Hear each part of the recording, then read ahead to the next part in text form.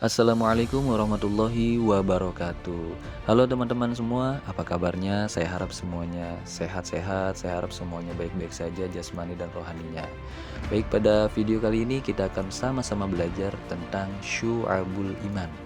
Apa itu syu'abul iman? Mungkin yang kita banyak tahu cuma kata imannya doang, tapi syu'abul mungkin kita baru dengar gitu kan. Nah, jadi pada materi kali ini kita akan sama-sama belajar tentang syu'abul iman. Nah, materi Syu'abul Iman ini ada di mata pelajaran Pendidikan Agama Islam dan Budi Pekerti. Di kurikulum Merdeka itu ada di kelas 10 dan semester 1 atau semester ganjil. Untuk domain atau elemennya sendiri dia masuknya di akidah, dan untuk judul materinya yaitu Syu'abul Iman. Kalau teman-teman mau nyari di buku paketnya misalkan cari aja materi yaitu Syu'abul Iman, atau dalam bahasa Indonesianya adalah cabang-cabang iman. Sebelum kita memulai pembelajaran pada kali ini, marilah sama-sama kita mengucapkan basmalah. Bismillahirrahmanirrahim.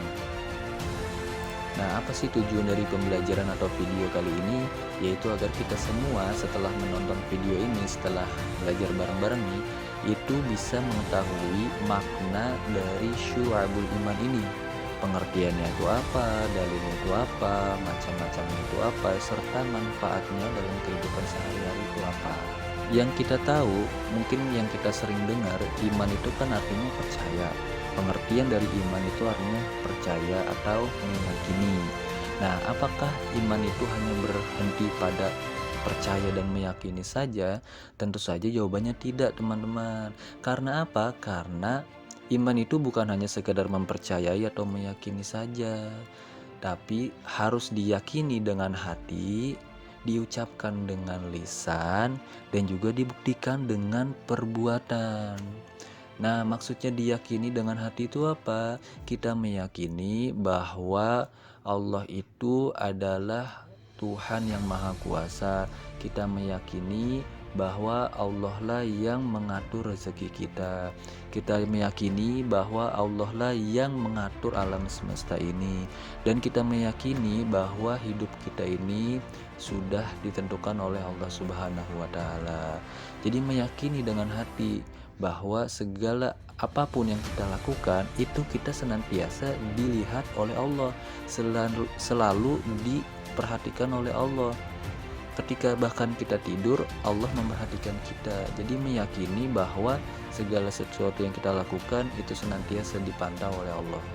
Nah, yang kedua adalah dengan lisan, dengan ucapan, dengan kalimat. Nah, iman ini juga tidak bisa berhenti hanya di hati, tapi juga harus kita ucapkan. Kalau misalkan ada teman kita, sahabat kita yang melakukan sebuah kesalahan, itu harus kita tegur. Tegurnya dengan cara apa? Dikasih tahu, dinasehatin, dikasih tahu yang benarnya kayak gimana. Dengan lisan kita, yang benar kita katakan benar, yang salah kita katakan salah. Jangan yang salah kita katakan benar, yang benar kita katakan salah. Jadi yang namanya iman itu harus diucapkan melalui lisan kita juga. Selanjutnya dibuktikan dengan perbuatan. Nah, perbuatannya itu apa contohnya?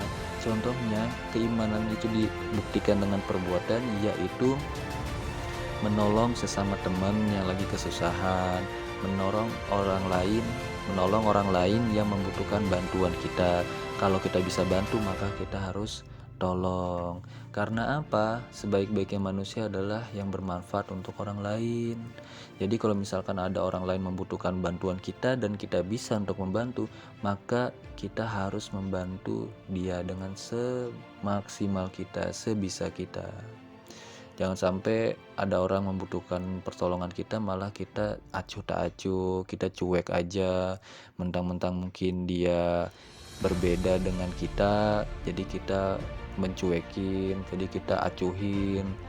Nah, nggak boleh. Jadi yang namanya cabang iman itu harus secara garis besarnya itu harus diyakini dengan hati. Setelah hati kita yakin, maka kita ucapkan dengan lisan kita juga, kasih tahu yang benarnya kayak gimana, dan setelah itu kita buktikan dengan perbuatan.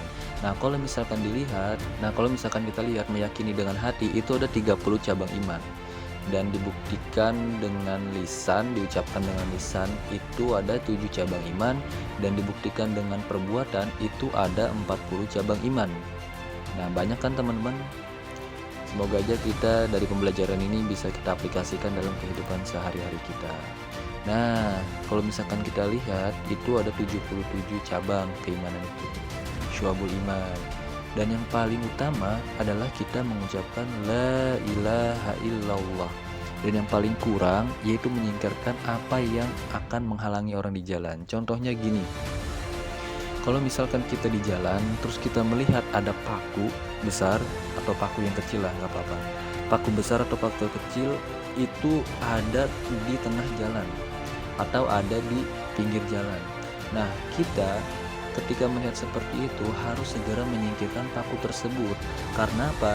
Dikhawatirkan ketika ada orang lain yang melintas setelah kita, mungkin bisa kena paku tersebut, yang naik motor atau naik mobil. Bannya bisa bocor, bannya bisa kempes. Nah, itu harus segera kita singkirkan paku tersebut dari jalan supaya tidak membahayakan orang yang selanjutnya lewat setelah kita. Atau misalkan dia mungkin gak naik motor, gak naik mobil atau naik kendaraan, mungkin dia jalan kaki. Bisa jadi ketika dia jalan kaki lewat situ yang ada pakunya, ternyata kena pakunya dan tertusuklah di kakinya dia. Dan malu itu adalah salah satu dari cabang iman. Maksudnya malu di sini adalah ketika kita melakukan kesalahan, ketika kita melakukan hal buruk, ketika kita melakukan hal yang negatif yang seharusnya itu tidak boleh dilakukan. Harusnya kita malu ketika kita melakukan hal seperti itu. Contohnya apa? Mengambil hak yang bukan milik kita.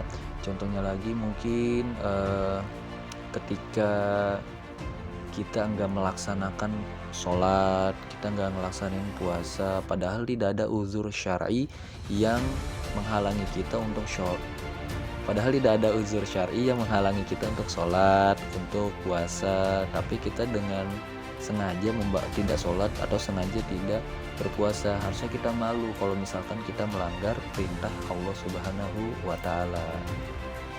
Untuk part satunya kita cukupkan pada video kali ini atau pada kesempatan kali ini. Nanti kita lanjut lagi di part 2 ya, tentang syu'abul iman ini. Marilah sama-sama kita akhiri pembelajaran kita pada kali ini dengan sama-sama mengucapkan hamdalah. Alhamdulillahirabbil alamin. Baik, terima kasih. Kurang dan lebihnya saya mohon maaf. Jangan lupa di subscribe, like, share, dan komen ya teman-teman. Assalamualaikum warahmatullahi wabarakatuh.